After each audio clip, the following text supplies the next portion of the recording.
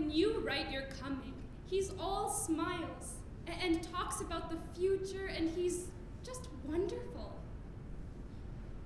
And then the closer you seem to come, the more shaky he gets.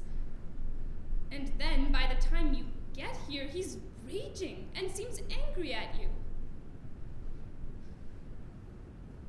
I think it's just that maybe he can't bring himself to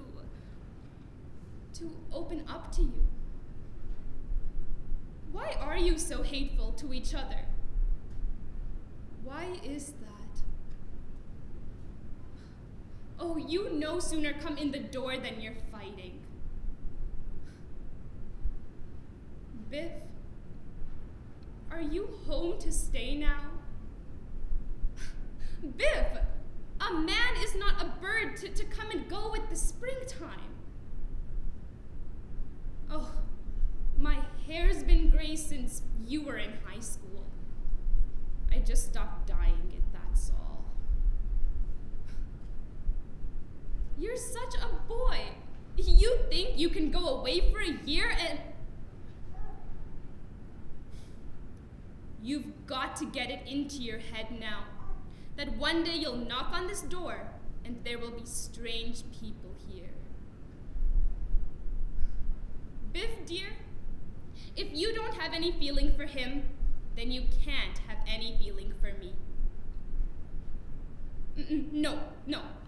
You can't just come to see me, because I love him. He's the dearest man in the world to me, and I won't have anyone making him feel unwanted and low and blue. You've got to make up your mind now, darling. There's no leeway anymore. Either he's your father and you pay him that respect, or else you're not to come here.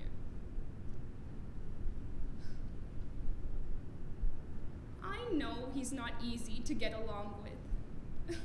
Nobody knows that better than me. But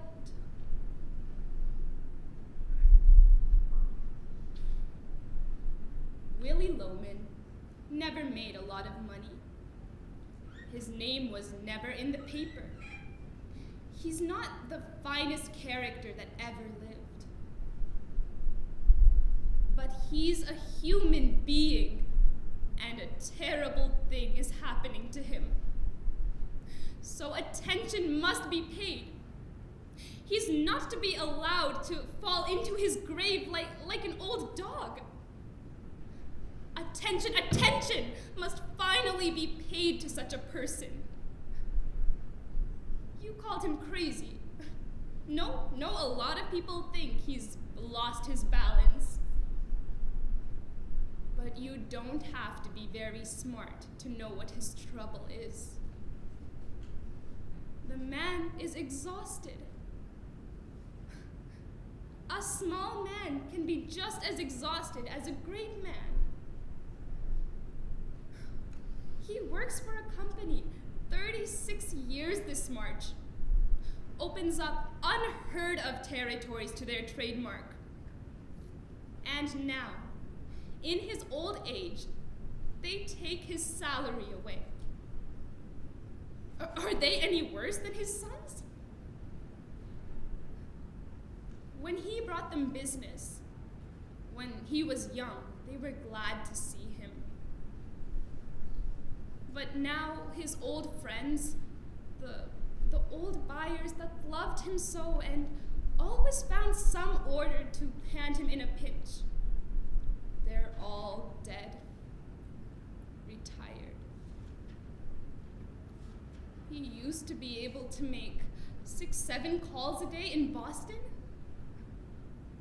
Now, he takes his valises out the car and puts them back and takes them out again, and he's exhausted. Instead of walking, he talks now. He drives 700 miles, and when he gets there, no one knows him anymore. No one welcomes him. And what goes through a man's mind driving 700 miles home without having earned a cent. Why shouldn't he talk to himself? Why? When he has to go to Charlie and borrow $50 a week and pretend to me that it's his pay, how long can that go on? How long? And you see what I'm sitting here and waiting for? And you tell me he has no character. The man who never worked a day but for your benefit? When does he get the medal for that? Is this his reward? To turn around at the age of 63 and find his sons, who he loved better than his life, one a philandering bum. That's all you are, my baby. And you. What happened to the love you had for him? You were such pals. How you used to talk to him on the phone every night. How lonely he was till he could come home to you. No, Biff, you can't stay in your room and ignore your father and fight all the time.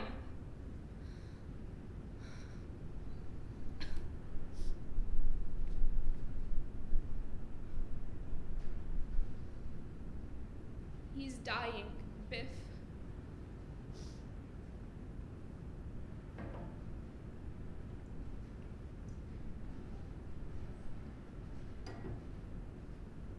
He's been trying to kill himself. Remember, I wrote you he smashed up the car again last February? The insurance inspectors came. He said that they have evidence that all these accidents in the last year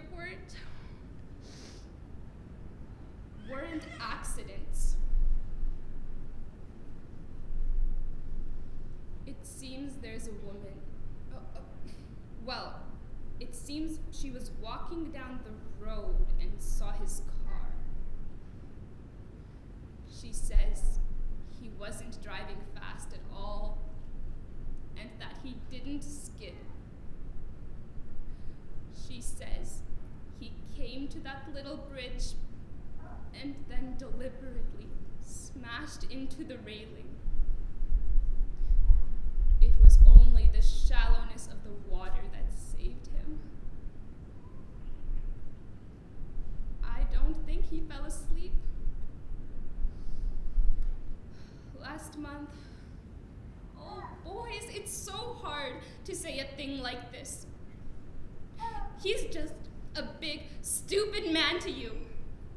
But I tell you, there's more good in him than in many other people. I was looking for a fuse. The lights blew out. And I went down the cellar, and behind the fuse box, it happened to fall out. Was a length of rubber pipe, just short. There's a little attachment on the end of it. I knew right away.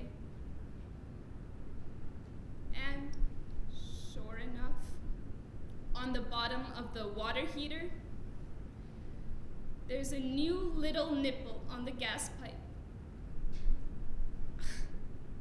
I'm ashamed to have taken it off.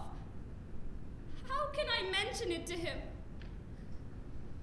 Every day, I go down and take away that little rubber pipe.